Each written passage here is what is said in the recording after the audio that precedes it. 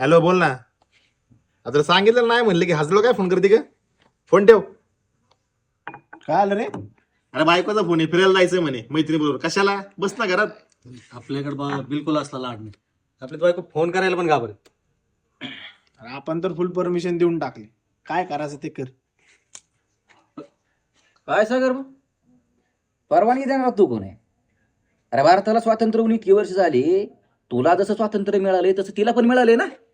आणि काय प्रशांत भाऊ, बायकोशी असं बोलतात वय? आपण बसलो ना 12 वाजेपर्यंत पार्टी करत, तिची नसेल का रे इच्छा? आणि काय आप्पासाहेब, आपल्यापाशी बायकोचा लाड चालत नाही. बायको आहे का पाय पुसणं?